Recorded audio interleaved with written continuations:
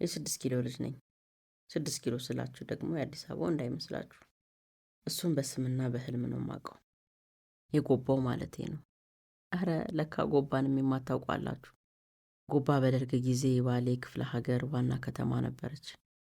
በዘመነ ኢህአዴግ ከደረጃዋ ዝቅ ብላ ወደ ወረዳነት ያሽቆለቆለች። በደቡብ ኢትዮጵያ ከዋና ከተማችን አዲስ አበባ 446 ኪሎ ሜትር ርቀት ላይ በ2743 ሜትር ከባህር ጠለል ከፍታ ላይ ጉብ ብላ የምትገኝ ከባሌ ብሔራዊ ፓርክ በ10 ኪሎ ሜትር ብቻ የምትርቅ ቀዝቃዛ የአየር ጸባይ ያላት በእንቅስቃሴዋም ቀዝቀዝ እድሜዋን ጠገብ ያለች ከተማ ነች። ስለምኖርበት ከተማዬ ይህን ያህል ካልኩ ስለ ራሴ ደግሞ ላውራችሁ። ሳራ እባላለሁ። አንድ የማፈቅረው ሰው ሳሪና ብሎ ይጠራኛል። የ19 ዓመት ወጣት ነኝ። ፀጉሬ ወርቃማ ሆኖ በትኜ ስለቀው ወርዶ ገቤ መሃል የሚቆም ነው። ጠይም አይነ ከብላላ። ክብደቴ 49 ኪሎ ግራም፣ ቁመቴ ደግሞ 1.64 ነው። አቤት እንዲህ ስል ይሄኔ ስንት ወንዶች ጎምጅታችሁብኛል።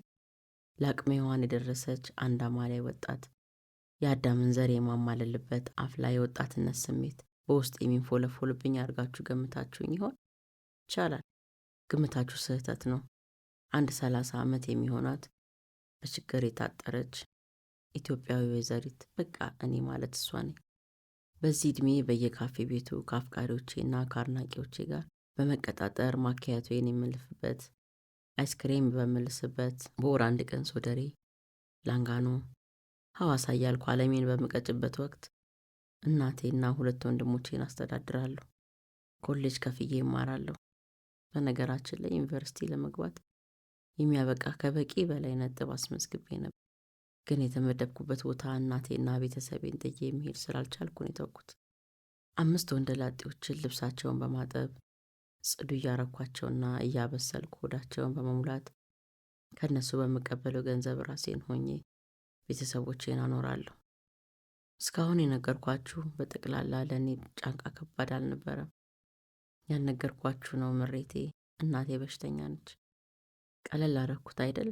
አልጋ ላይ ከቀረች 1 ዓመት ከ6 ወር አለፋት። እንግዲህ እሷን መንከባከብ ብቻ ሳይሆን ማሳከም የኔ ኃላፊነት ነው። የ30 ዓመት ኢትዮጵያዊ ጠንካራ ሴት አድርጋችሁ ሳሉኝ ያልኳችሁ ከዚህ የተነሳ ነው። ሸክሜን ያበዛብኝ ደግሞ አባቴ ነው። ስለ እሱ ሳስብ በጣም ነው የምበሳጭበት። ዓመት ሆኖ ጥሎኝ ብስ ካለ። እሱ እስከሚሄድ ነገሮች መልካም ነበሩ። ማለቴ ቢያንስ ከ5 ወንደላጤዎች ጋር አልተዋውቅም ነበር። የሰራውን ሰርቶ ለቤታችን የሚበቃንም ብር ይዞ ይመጣ ነበር። እኔ ቤት ውስጥ ያለውን ጣጣ እወጣለሁ። እየተረዳዳን እናቴን እናስታምም፣ 2 ወንድሞቼን እናስተምር ነበር ሆኖ ቀረ እንጂ። አይገርማችሁም ግን የወንድ አንጀት? እናቴ በሱ ቦታ ብትሆን እንዲያታደርግም ነበር። በፍጹም ጭካኔውን ከየት አምጥታ? ማንም እንደሌለን እያወቀ እናቴ በእግዚአብሔር እጅ እንደሆነች እያወቀ አለውላችሁ የሚለን ምንም ዘመን ከጎናችን እንደሌለ እያወቀ መንግስትም እግዚአብሔርም ወደኛ ቤት ፊታቸውን ማዞር ከተው በጣም እንደቆዩ እያወቀ ጥሎኝ ብስ አለ። ሳስበው የቤታችን መከራ ሳይሰለቸው የእናቴን ስቃይ በየቀኑ ማየትም ሳይመራው አልቀረም። ያለምንም ቁራሽ ስንቅ ባዷችንን ጥሎን ሄደ። አይዞሽ ስራ ፍለጋ ነው የሄደው። የተሻለ ስራ ፈልጎ ሰራ በማድረግ ብር ጠርቀምቀም አድጎ በቅርብ ይመጣልሻል፣ የጫንቃሽንም ሸክምም ያቀልልሻል እያላችሁ ልታጽናኙኝ እንዳትሞክሩ። እንደዛማ ቢሆን ትንሽ ፍንጥቅጣቂ ብርሃን፣ ብጣቂ ቁራሽ ተስፋ ይኖረኝ ነበር። ግን እኮ ሙሉ በሙሉ ነው የተሸነፈው። ከዓመት በፊት ማታ እራቱን በልቶ ተኛ። ጠዋት ለቁርስ መነሳት አሻፈረኝ አለ። ንጎ ቃጯ እያለች ጎመን ቀንጣሿን ምች መታት አይደለ የሚባለው? ከዛሬ ነገ ትሞታለች እየተባለም ትጠበቀው እናቴ ሳለች እሱ ቀድሟት ሞተ። ብሽቅ የሆነ አባት፣ በቀላሉ እጅ የሚሰጥ መታገል የማይወድ ተሸናፊ የሆነ አባት እናላችሁ። ከዛ በኋላ የኔና የወንደላጤዎቹ ታሪክ ተጀመረ። በተለይ ለእንደኔ አይነት ወጣትና ቆንጆ ሴት የቤት ሰራተኝነት በቀላል የሚገኝ ስራ ስለሆነ የተሰማራሁበት። እስኪ ላጤዎቼን በዝርዝር ላስተዋውቃችሁ። በቁጥር 5 ናቸው። ሁሉም በአንድ ግቢ ውስጥ ነው የሚኖሩት። ግቢው ሰፊ ሆኖ 2 ቦታ የተከፈለ ነው። አንደኛው የቤቱ ባለቤት አቶ ክንዴ የተባሉ አዛውንት ወንደላጤ ይኖሩበታል። አቶ ክንዴ አንቱ ብሎ ማክበር እንኳን ይከብዳል። ሰውን አንቱና አንተ የሚያሰኘው እድሜው ሳይሆን ስብዕናው ነው። እድሜው ከ60 ዓመት በላይ እንደሚሆን መገመት ለማንም ከባድ አይሆንም። ቁመቱ ግን እንደ ስሙ አንድ ክንድ የማይረዝም፣ መልኩ ቆንጆም አስጠሊታም የማይባል፣ ጸጉሩ ብዙም ያልሸበተ የተቁላላ ሽማግሌ ፍንዳታ ነው። በዚህ እድሜያቸው ወንደላጤ ናቸው። ሚስት ድሮ ነበራቸው አሉ። ግን ፈተው ብቻቸውን መኖር ከጀመሩ 1 ዓመት አልፏቸዋል። የሚተዳደሩት በጡረታ ከሚያከራዩት ቤት በሚሰበስቡት የኪራይ ብርና ከአራጣ ብድር ከሚሰበስቡት ትርፍ ነው። አንደኛው ወንደላጤ እሳቸው ናቸው። አይ የኔ ነገር፣ አንዴ እሳቸው አንዴ እሱ በማለት እያምታታው ነው አይደል ያወራኋችሁ? ምን ላርግ፣ ሽማግሌው እኮ ግራ አጋቢ ነገር ነው። ባይገርማችሁ በሳምንት ቢያንስ አንድ ይጠይቀኛል። ምንድነው የሚጠይቅሽ እንዳትሉኝ፣ እንኳን ለእናንተ ልነግራችሁ ለራሴ መልሼ ማሰብ ያሳፍረኛል። ሁለተኛው ወንደላጤ ኮማንደር አሊ ይባላል። የፖሊሶች አዛዥ ነው። አሊም ልቅም ያለ ቆንጆ ነው። በቃ የወንዶች መለሎ ነው። በዛ ላይ ዘናጭ። በተለይ የፖሊስ ዩኒፎርም ከነማረጉ ሲያረግ ሲያምርበት ለብቻው ነው። በጣም ጽዱ፣ በቅባት ወስቶ በሽቶ ታጥቦ የሚወጣ። ክፋቱ ጉረኛ ነው። ጉረኝነቱም እንዲሁ በቀላሉ የሚገለጽ አይደለም። በውበቱ ይመካል፣ ባለባበሱ ይንቀባረራል፣ በስራውም ባለው ማረጉ ይመጻደቃል። የከተማዋ ሴት ሁሉ በህልማቸው እሱን ለማየት ሲያልሙ የሚያድሩ አድርጎ የሚያስብ ነው ኮማንደር አሊ። አሊ ምንም ሱስ የለበትም።